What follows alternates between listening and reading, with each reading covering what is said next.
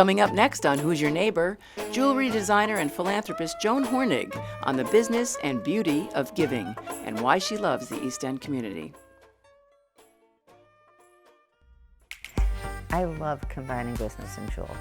I think it is the most exciting thing anybody can ever do because I love to sell.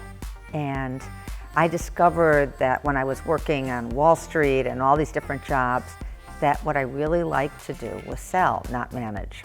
Jewelry's so personal, so fun. Everybody can comment on it. It makes people smile. I like to see people smile. So why not sell something that combines beauty with memories, with importance? So I love that about combining business and jewelry, and I love designing it. I think of myself as a social entrepreneur because I said, people, we all live together, okay? We're one big community, and we interact, and we look at each other, and we talk to each other, and why not have conversations of consequence? Conversations of consequence can be sparked by jewelry. I will help just about anyone, and I will probably help them more than once or twice. But what I believe about giving is you teach people how to give and how to think about a philanthropic lifestyle. It's not about one action. And part of why I've always given 100% of my profit is because what I believe is that 100% makes you stop in your tracks when you hear that story.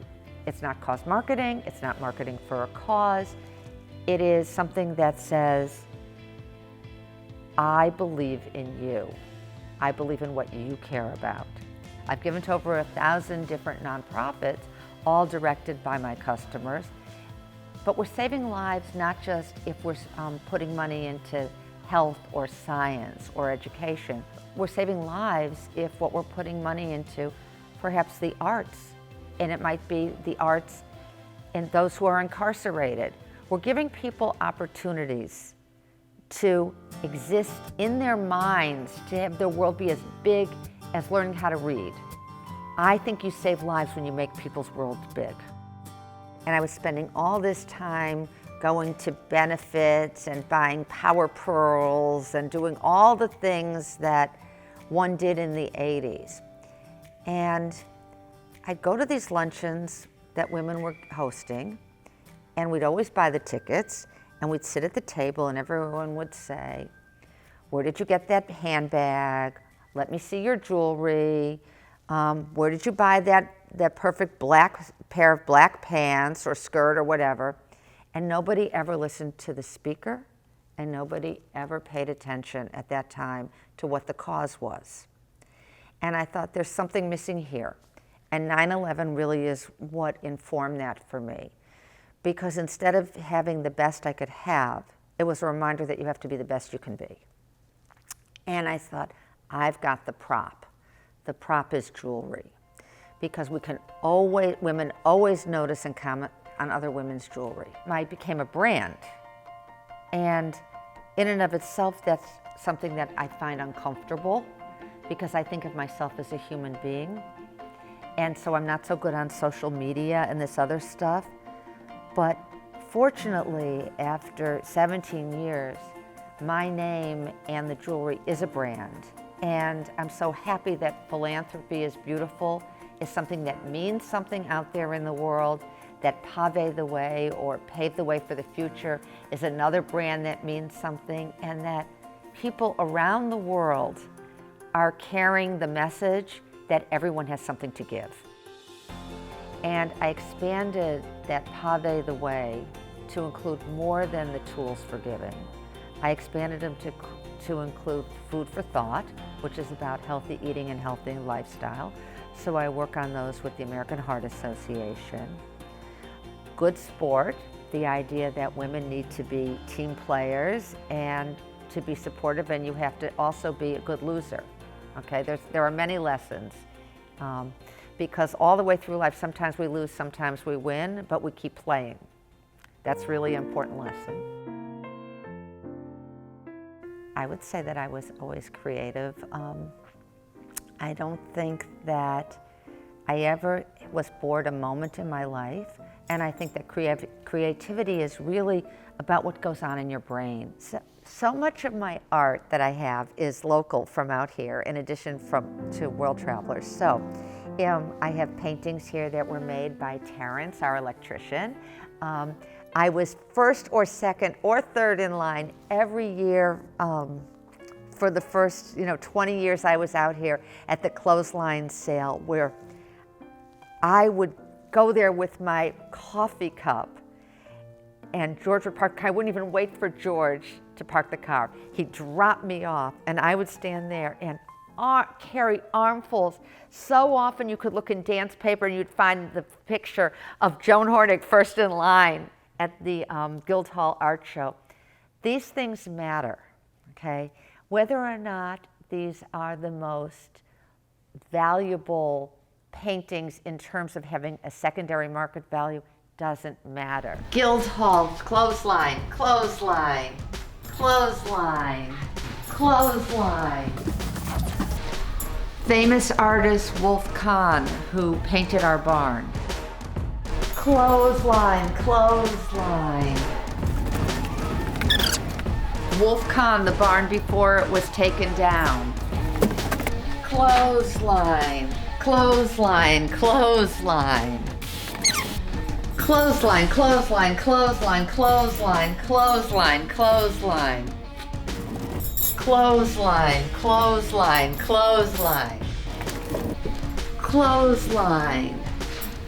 Local artist. Clothesline, first house in Bridgehampton. Clothesline. It never stops. There's so much clothesline here. This is art. This is creativity. I have a tremendous amount of women artists from that, which I thought was also very interesting, that so many women chose to sell their art at the Guildhall Art Show, and I suspect that still continues. We're just at the beginning of having more and more women artists on the walls of museums. We've been greatly underrated. The Hamptons is a tasting menu of the most exciting people doing the most exciting things. Anywhere you can find every day of the year, not just in the summer. The locals are as interesting as the jet setters who come here. So this is so rich, the texture is so amazing. I greatly admire a lot of people who are locals here. From the artists now, I'm like thrilled that April Gornick and Eric Fischel live out here now, and what they're doing in Sag Harbor. I think this is amazing and wonderful, and I want to give a plug to April because, again, this is a case of a woman spearheading something. And April, sorry if this is going on the thing, but April, you and I are roughly the same age, and we did grow up in Cleveland together, although I did not know you till the Hamptons. What April did was, April decided that she was going to save the Sag Harbor cinema. But April did even more than that. By taking the cinema, she also decided that she and Eric were going to create an entire community in Sag Harbor and celebrate sort of the history of this local community and how rich it is. That makes it extraordinary. Rich in history, rich in diversity, rich in skill set, rich in artistic tenure, rich in tradesmen and everything, and I love that. Okay? I love that Guildhall is all about the community, and that it's not just about the shows that you see, it's about the fact that we have more immigrants that live here than in almost any other sanctuary city, proportionally, and there are programs all year for these children. So I'm inspired by the people who run Guildhall. There are people who are out here. Andrea Grover, she's here all year. Kathleen or Tate's or Kathleen King has been in my life since I've come to the Hamptons.